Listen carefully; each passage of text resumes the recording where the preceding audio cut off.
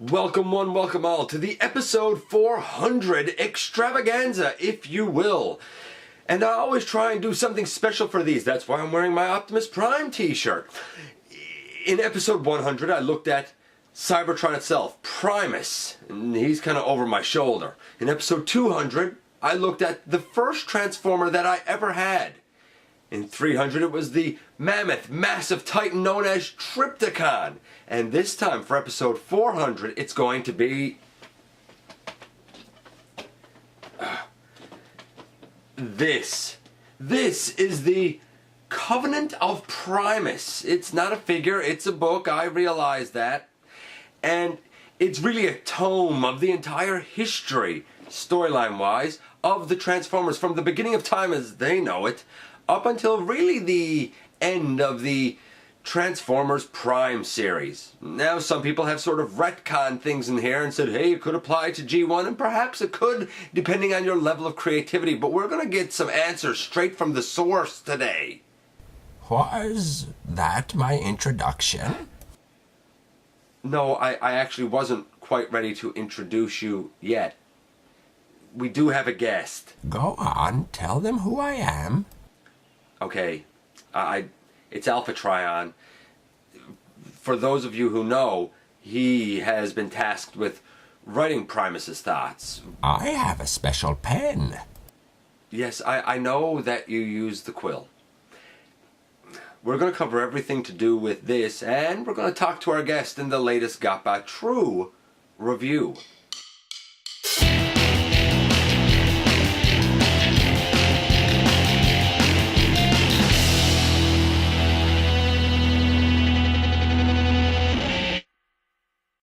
Hey guys, welcome back to the channel. I'm your host, Dennis Moulton, aka GotBot. And as always, please like, comment, share, and of course, I'm going to say subscribe. It makes all the difference in the world. It is beyond appreciated. Check me out everywhere. Have a look at Machinery of Man, the Everything Factor. Check out Transformers Collectors NL as well. I see that you introduced yourself again, but not me. Okay, and I'm joined today by my co-host, the one and only Alpha Trion, and in the continuity as presented in the Covenant of Primus, he is indeed one of the 13. No, some would say that's arguable. Hey, Primus as I am, I know who I am. Do you have any pudding? No, I don't have any pudding. Oh, boo. Look, the fact is, as a collector, this is one of those things that I wanted for a long time, and I really got this during the holidays thanks to Starscream Girlfriend. Oh, she's a good egg. Yeah, she's a good egg most of the time. Yeah. Okay, can I please talk about the Covenant now? Of course. You young people waste so much time. It's a great read if you're a fan of the franchise. Or if, you have a friend or a family member who's a fan of the franchise. It's a great way to kind of learn a lot about it. I mean, we're talking almost 35 years of history here. That's a lot of lore and story and kind of, I guess beliefs and threads that have become interwoven over time. Anyway, you know what? Enough about me babbling on about this, and enough babbling on from Alpha Trion. Let's head over to the table and take a closer look at the Covenant itself. Okay, so we're going to get right into episode 400 here, and I'm excited about this. I've been excited about this for a long time, man. I'm so thankful to have it. It's one of those definite collector pieces. I didn't think I would have a copy of the Covenant of Primus, and I'm so glad to have it. Like I said, Starscream Girlfriend gave it to me for the holidays, and I'm taking a look at it now because I always like to do something special for these times. And of course we have our special guest with us today, and that of course being I won't say the author. Would you say you're the author? No, not exactly. No, it's really Primus who's the author, right? Yes, indeed. But we have our special guest, he who used the ancient quill to write the words of Primus. I'm talking, of course, about Alpha Trion. Hello, everybody. I'm so pleased to be here for GotBot's 400th review. Yeah, but you're kind of in the shop there, Alpha. You said I'm a guest. And you are a guest, yes, but we still, if we're going to do a proper review, we need to be able to see the Covenant in all of its glory. I'm sure you understand, right? I believe you promised me a pair of slippers. I did. If you get out of the shop, I'll get you your slippers, and maybe then we can get going. Oh, very well then. But you know, this is turning out to be much more work than I anticipated. We haven't even started anything yet. Just saying. Okay, now that we have Alpha Trion out of the shot, let's kind of center this just a little bit better while he's getting his slippers. Okay, so while he's getting his slippers, let's start things off. It comes in this beautiful slipcover. This Autobot symbol is like a glossy metallic reflective red. It looks great.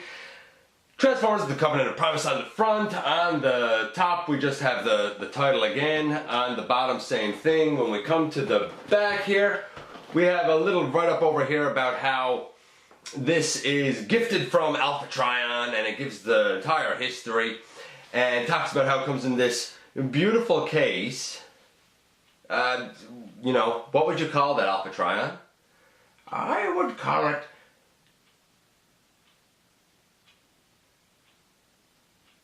a safe. I guess you could call it a safe. Of course, on Cybertron we keep the Covenant within a mausoleum. Okay. Weird, but okay. So it's a beautiful cover case. I guess it's supposed to be like a safety case for it, so to speak. On the back also we have this nice artwork down here. It shows the scene with Ratchet and Bumblebee where Bumblebee lost his voice. Oh, I remember when that happened. I'm kind of surprised you remember anything. Of course, when we take this out of the slipcover,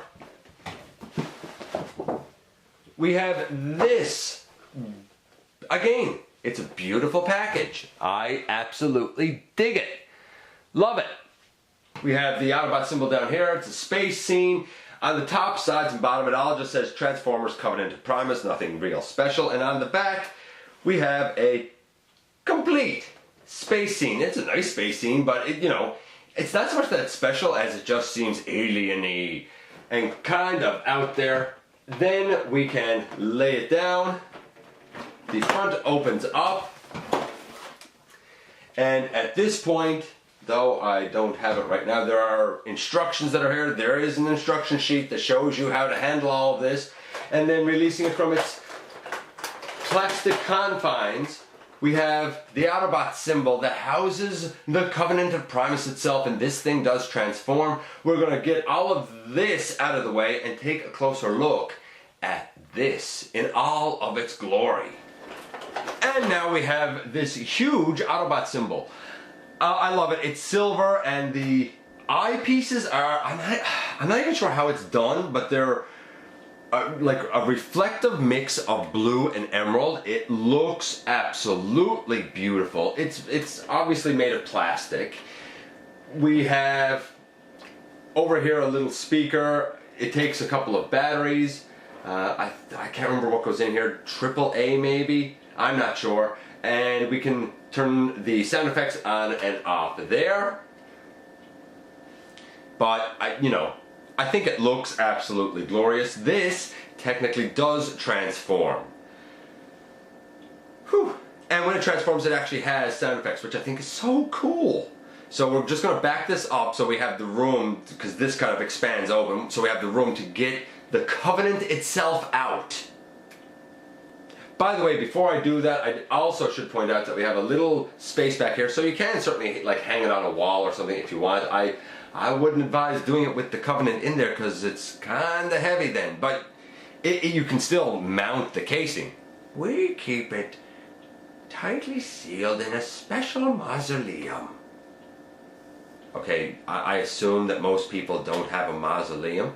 They should. It's respectful for those that have come before us.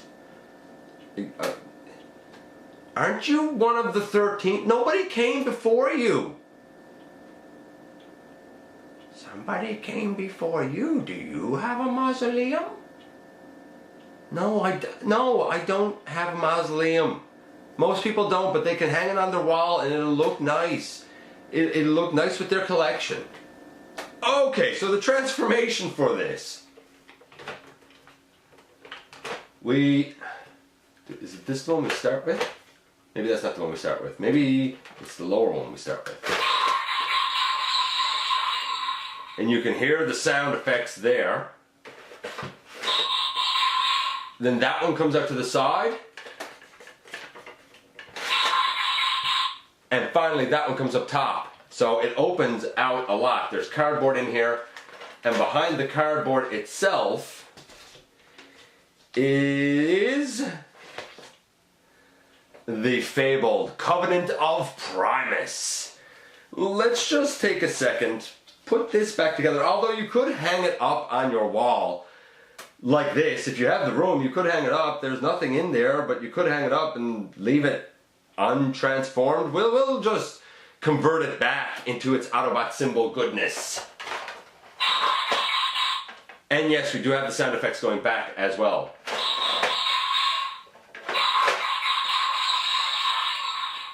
I love that. It's so cool. Let's take a look at the book itself. And here is the fabled book itself. My life's work, indeed. Is it really your life's work or is it Primus's? I wrote it with the quill and I adapted it here for human consumption. Oh yeah, that's worth noting. There are certain liberties, or we could call them, continuity issues, or certain things glossed over, and it's sort of explained that it's done so that humans can digest the stories herein because of their complexity. So something to note, and we'll kind of talk about that when we get to sort of some story elements and whatnot. But again, we have a nice picture here on the front of Optimus's face, it looks like to me. Is that Optimus? It is indeed a young Prime. Yeah, he does look kind of young there. On the back, we have a glorious picture of Cybertron. It might be like tempoed on there or something, because again, it's glossy. Inside the pages of the Covenant, we have a picture of, again, space there on the cover. If we go right to the back, again, space. We have a picture of Cybertron here and the space close to it. My dear home. Yeah, I could see it. I could see how you'd feel a little homesick when you see old photographs like this, We have, up front, we have more space and the kind of initial artwork there for the title page. Over here we see dark times for my dear Cybertron. Yeah, this seems to indicate better times indeed. You will notice all of these symbols down here, they indicate different eras, in essence different chapters here. And we'll see them later on. As you're going through, you would see, for example, 3 here. This is what the last era was. This blue one is the era we're on, and then this one is the era to come. And we have our table of contents with the 13 primes and the expulsion of Unicron, the War of the Primes, the Age of Evolution, the Age of Origins, the Age of Wrath, the Golden Age, the Age of Rust, the Great War, Exodus, and Earthfall. Takes us right through an awful lot of history. And as we go through the contents, oh, by the way, there's a foreword here that was written by Alpha Trion himself. And that just explains, you know, I guess certain things. And it talks about how the Covenant is written in codes, some of which are undecipherable. So certain liberties are taken here for humans. You're welcome.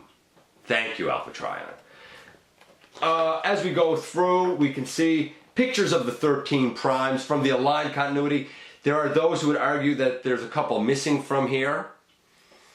There are those who would argue, no, that's not the case at all. Most notably, some would say that Logos should be in here. And maybe Epistemus should be in here. You know, there's a couple, but this is the 13 that we have. That's the 13, as I recall it, and as given to me by Primus himself. So this is the official 13, of which I feel honored to be a part. Look at that image of me. I look fantastic. You do look fantastic, as does Prima. And I recently looked at the Mission to Cybertron 2-pack that was Cybertronian mode Optimus Prime and one of the movie reuses, and I have since learned that Cybertronian mode Optimus Prime has been retconned to be a representation of this guy, Prima. So technically I have a Prima in my collection. I'm really happy about that. As you should be. Prima was so honorable. Indeed he was. And here we get a lot of information about the primes, about what each of their, I guess, special, what's the word I'm looking for? You know, ancient artifacts are. You know, we have a picture of Solus Prime. We're missing a couple of pictures. We come over, we have Onyx. We have Nexus Prime, the first combiner. And I'm not going to go through all of these. There are 60 pictures in this book. Quintus, who looks like a Quintesson, and the Liege Maximo, the 13th Prime. And as we go through, we have a lot more of these beautiful colored images. How many have I skipped here? You know, there's one of Unicron and Vector Prime. Alchemist. So we have a lot there. I think that might be Quintus again, maybe. Or Amalgamus, who's always transforming. You know, you can see again the vivid detail that the artist renderings put into this. Add to it. Right here, perhaps my favorite image, if I can find it quickly here. Oh, and we have some more familiar characters, like there's Ratchet, and before Ratchet, we have Perceptor, who is a lot older than I thought. Perceptor has been around for a long time. You really sort of stumbled over that, didn't you? Just clearing my throat, young lad. We see the wasteland of Cybertron. Maybe that was that during the Golden Age? I'm not even sure. The Sentinel Prime. And then we get to some pictures like Shockwave, which is obviously the War for Cybertron, Fall of Cybertron version. But my favorite, if I can find it, goes later. Nice sound wave. You know, another Optimus here. This one. What a beautiful, glorious spread. The detail is fantastic. It feels like the sort of art that you would have seen on the back of the G1 boxes. It's great. So, for paint apps for the Covenant of Primus, what are we going to say? 25 billion. 25 billion? Why are you saying 25 billion? Words paint a rainbow tapestry of ideas. They can never be undervalued. The letters, you mean? The words, like the actual words? Yes. The words are black. They're black words. but they paint images.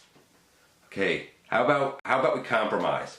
I think because of the beautiful artwork in this book, because of the fantastic casing that it has, and even because of that initial packaging and the sort of spacescape that's on it, let's say it's 10. I mean, for a Transformers book, it's very engaging and very colorful. It's a 10.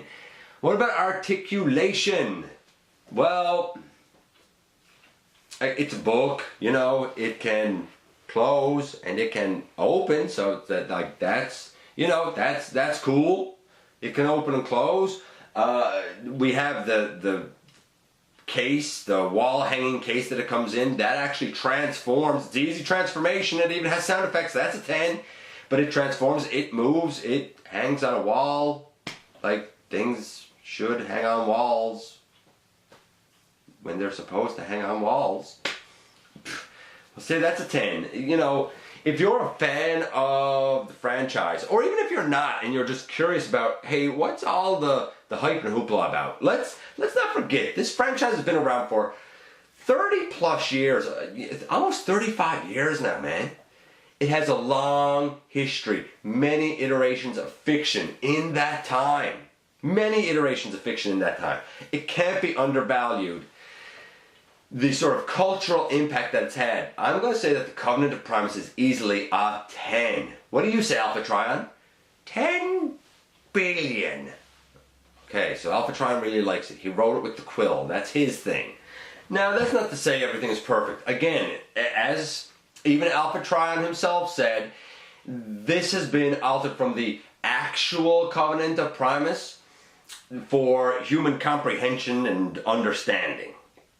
So as such, we do have what has been proposed to be certain kind of continuity error conflicts. And I guess you're going to get that. I mean, such is life. I feel like, though, that you can sort of scrape things together here that almost sort of reconciles, say, G1 knowledge with, for example, the Transformers Prime series. Like, the actual fate of Alpha Trion is left uncertain. Whether you ascribe to G1 or even if you ascribe to Transformers Prime, for example, I mean, you kind of know what happened to Alpha Trion eventually. And I'm trying to do this without really ruining anything. It's possible that he's alive or that he's not. It's sort of left up in the air. Of course, we know he's alive because he's here with us. In Exodus, we have Makeshift and Axer mentioned, but here they're treated as the same character. In the Exiles novel, or maybe it was the Exodus novel, I think that they were the same character. And like Prowl being present for as much of the story as he was, especially if you know the Transformers Prime series, that kind of doesn't make sense because we never saw Prowl in Transformers Prime, but yet he's around a nice bit, apparently. So what can you tell us about the beginning here? What's the first one? The 13 Primes. What can you tell us about that? Really, that's just the story of the initial creation of Primus and Unicron. Primus being first in one, and Unicron being unique in one. And kind of their early strife and conflict that led to the creation of us 13. And I try and outline the personality types of each one. Who was the hardest to get along with? Prima could be challenging because he was so sure of himself. Megatronus was Megatronus. Perhaps the Liege Maximo, who I firmly believe Starscream is based upon. That makes sense, actually. It probably is. Who are you, say, closest to? Who was your favorite? Oh, I had wonderful times with them all. Perhaps most notably with Vector, Alchemist, and at times Quintus could be quite humorous. You also outline how the Primes had to come together to expel Unicron. Indeed. And that was a dark and dangerous time. Luckily, we had a plan. Well, a plan is always good to have. You also explain the creation of the Matrix of Leadership, and I think you even note that the Star Saber was lost on a moon, if I'm not mistaken. Indeed. And you have seen evidence of this through all iterations over the years. We have seen evidence of a lot of these things. Solus seems the most conflicted, making the dangerous Requiem blaster. She was very conflicted, but it did serve its purpose against Unicron. As dangerous as it was. As dangerous as it was. And I think you also noted how the Well of All Sparks was like a direct link to Primus's spark chamber itself, yes? Yes, but as everybody knows, each spark within a Transformer is a part of Primus's own spark. Indeed it is. Here, Megatronus gave up his own name. Did he actually give up his name, or was it taken from him? Sadly, no, he did give up his name. What about when we enter something like the Age of Evolution? Because, you know, we've kind of covered the 13 primes, the expulsion of Unicron, and the war of the primes, because we sort of know that, you know, by the end of it, Megatronus becomes the Fallen, and I don't want to ruin anything, but we know that that was kind of, you know, the end point for that whole sort of section era. And following that, we had the Age of Evolution. What can you tell me about the Age of Evolution? That was a time of great life creation. It's also when the Predacons were created, yes? Indeed, and we all know that later on, their remains would be used by Shockwave to make his clone abominations. But the point is that really sort of ancestors of the Autobots and Decepticons, or sort of at least existing simultaneously with early Autobots and Decepticons, were in fact the Predacons. Yes, indeed, and their ends also came sadly. Our history has not always been pleasant. Indeed not, but we do come across names like Laserback and Twin Strike and Darksteel and Skylynx, all sort of mentioned somewhat prominently. Yes, indeed. And through that evolution, we kind of see the entire story of the Predacons, and that leads us to Origins. Ah, yes, the Origins. The Origins, that's a time when I began to groom a young Orion Pax, who would one day, of course, become a great leader. And there were a lot of petty warlords at the time. The Wreckers largely protected us from them. And we also are introduced here to Ratchet, who learned his medical skills from Remedy. Ah, yes, old Remedy. And we kind of learn about the Patterners, something I'd never heard of before. And how they kind of have a map on the entire planet's surface. But I found it very interesting that Perceptor and Reflector were a part of the Patterners. Indeed, Perceptor, as you said, is quite aged and quite wise, as is Reflector. But all along, there were advanced aliens watching you, were there not? Indeed. Indeed, for the Quintessons would come. Created, of course, by Quintus. I would say somewhat of a failed attempt, for their greed wins all. Did he come with them? No, Quintus never came back home. In fact, I believe that he himself abandoned the Quintessons when he saw what they became and how corrupt they truly were. And of course, we all know that the Quintessons invaded. Indeed they did, and convinced people that they created T-Cogs of all things. Which of course we know now they didn't, right? Right. Why didn't the 13 intervene and say something here? It was not our place. Time had to proceed as it would, and as we know now, the Quintessons ended up with so much control that they spread the belief that they had not only gifted the T-Cogs, but really had created the Transformers themselves. The legend of the 13 Primes and Primus became just that, folklore. Somewhat sad, if you ask me. Indeed, it was, at times, but we still managed to smile at times as well. But we were hampered for the benefit of the Quintessons. Which, of course, leads us to the Age of Wrath and the rise of Sentinel Zeta Prime, who was an accomplished mercenary, if I'm not mistaken. Yes, he was elected, and I put that in quotation marks because it was a Quintesson-run election, though nothing has ever come to light about them interfering. I've always suspected that they perhaps have. And who was the first to ever translate the Quintesson language? That would be Shockwave, also very wise. But once those stories started to come out, we began to hear rumblings of an uprising. And it was also a time of technological change, was it not, when space bridges were kind of coming into being? Yes, indeed. And what happened after the Quintessons were actually expelled from the planet? Well, there was hope for a while, but things really didn't change under Sentinel's leadership. It's not that he was corrupt, he was just comfortable in his ways. Luckily, however, this led us to the golden age of Cybertron, did it not? Yes, indeed, when knowledge and development were flourishing. And because of space bridges, you actually had access to other planets and had like a space bridge network, did you not? Indeed.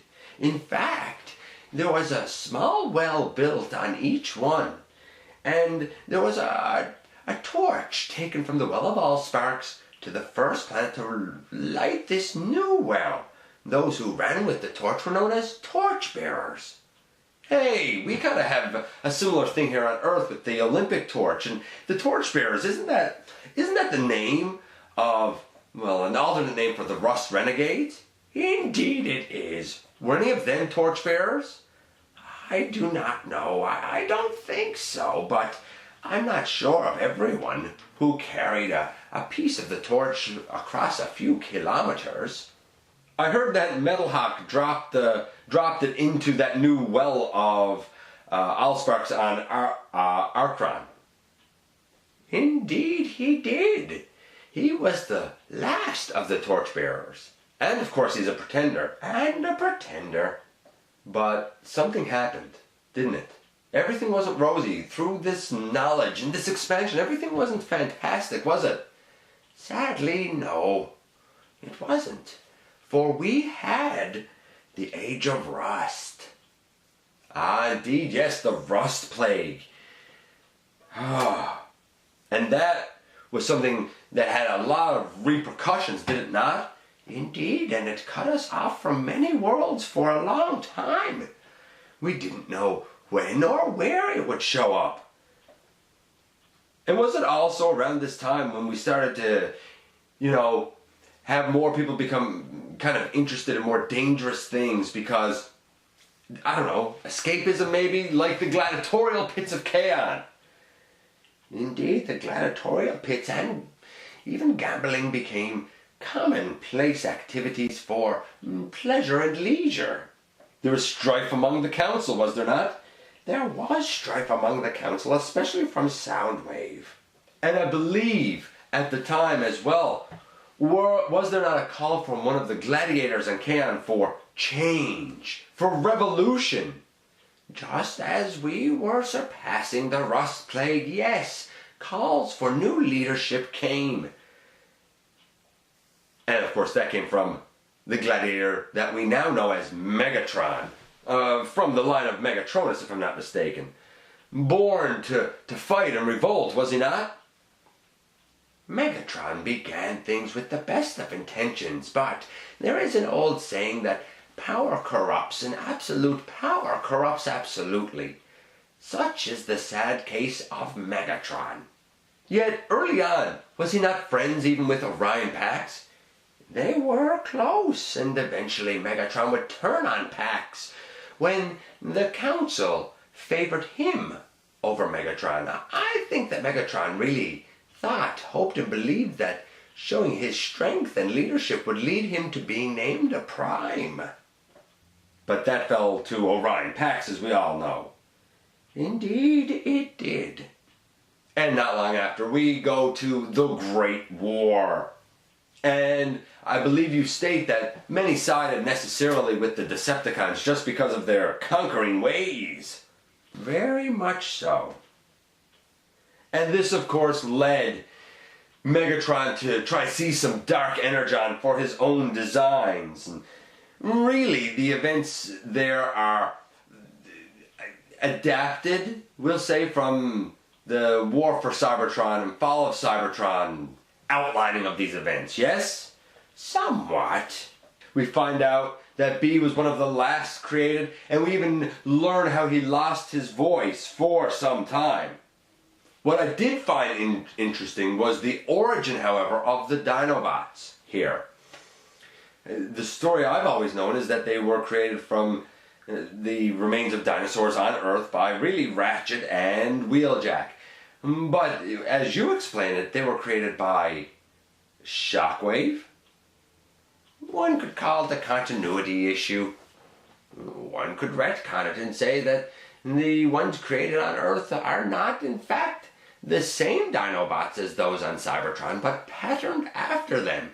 Come up with whatever answer suits your fancy. Sounds like a cop-out. Maybe it is, but I'm old. I'm allowed to not answer questions if I don't want to. Okay. Okay. But we can all agree at least that as the war went on, Cybertron and therefore Primus became weaker and weaker and more depleted of energon, which of course caused exploration to have to happen, and they had to leave the planet. Indeed, it would happen. Many would go aboard the Ark and follow Optimus Prime, and of course the Decepticons would take the Nemesis ship and pursue.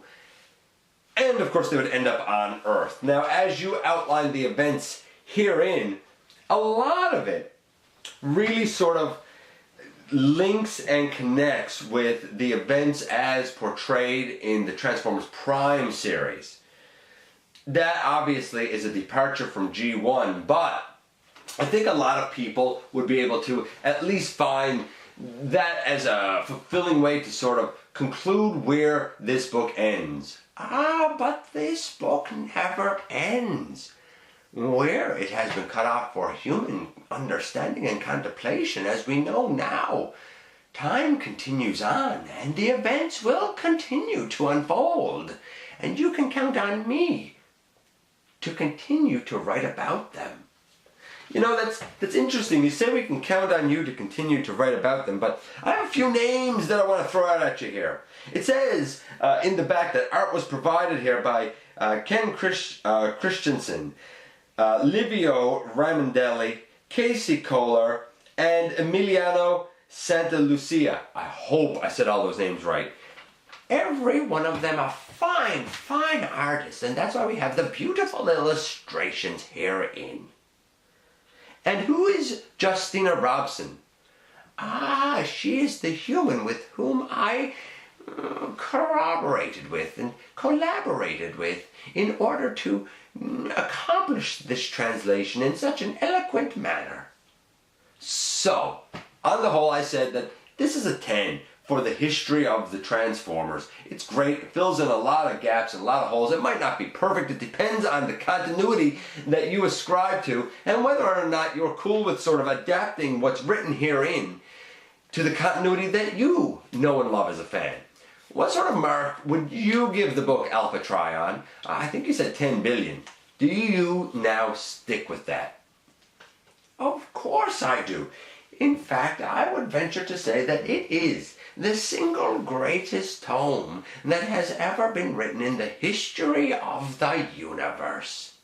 Wow, that's a really high claim. I don't know if it's quite that good. I don't know if it's quite a masterpiece, but it's a very interesting read for either a fan of the franchise or somebody who, you know, has a friend or a family member who is a fan of the franchise. It can teach you an awful lot and hopefully give you a new appreciation for all of the lore and history that has come before. do I think that the Covenant is worth picking up? Yeah, absolutely. Every collector at some point should get to experience this for themselves. And here we are once again, myself and Alpha Trion. Alpha, did you enjoy being on the show? Do you think you'd like to come back and visit again? Oh, I don't know. You're very taxing. I didn't try to be taxing. I just tried to be thorough. So many questions. I'm tired. I get it. I can understand why you would be tired. Man, I get it. You know what? I get it, man. I do. I'm going to get some Energon tea and maybe take a nap. Okay. Enjoy your nap. So Alpha Trion has gone to nap, but we know that he gave a very high score to the Covenant itself, as did I. I think it's one of those things that certainly won't appeal to everyone, but for a collector, I think it's something that everyone should at least have the opportunity to read if they want, once in their lifetime. It's a fun read. It fills in a lot of kind of gaps and holes. By the way, in episode 281, I looked at the Mission to Cybertron Optimus 2-pack, and I mentioned during the, discussion of the origin of the Primes part, I believe, that this guy had been retconned. It's the Cybertronian mode Optimus Prime, but he had been retconned as Prima, and if you look at the artwork and look at this guy, I think it really matches quite well. So I'm really glad to add him as that. You can check out more details, like I said, in episode 281. I love this thing. I'm so glad, as a collector, as a fan, I'm so glad to have it. I'm so glad that you were here in episode 400 to share in this. As always, I'd love to know if you've ever checked this out, if you've ever thought about checking it out, if you've read it, what you think of it. You know, I'd love to hear your thoughts. Again, I'm going to say, please hit that subscribe button, man. Stick around, have some fun with us going into the future forward. Thanks for giving me some of your very valuable time, and I very much look forward to the next time that you and I get together to have another visit right here inside the videos.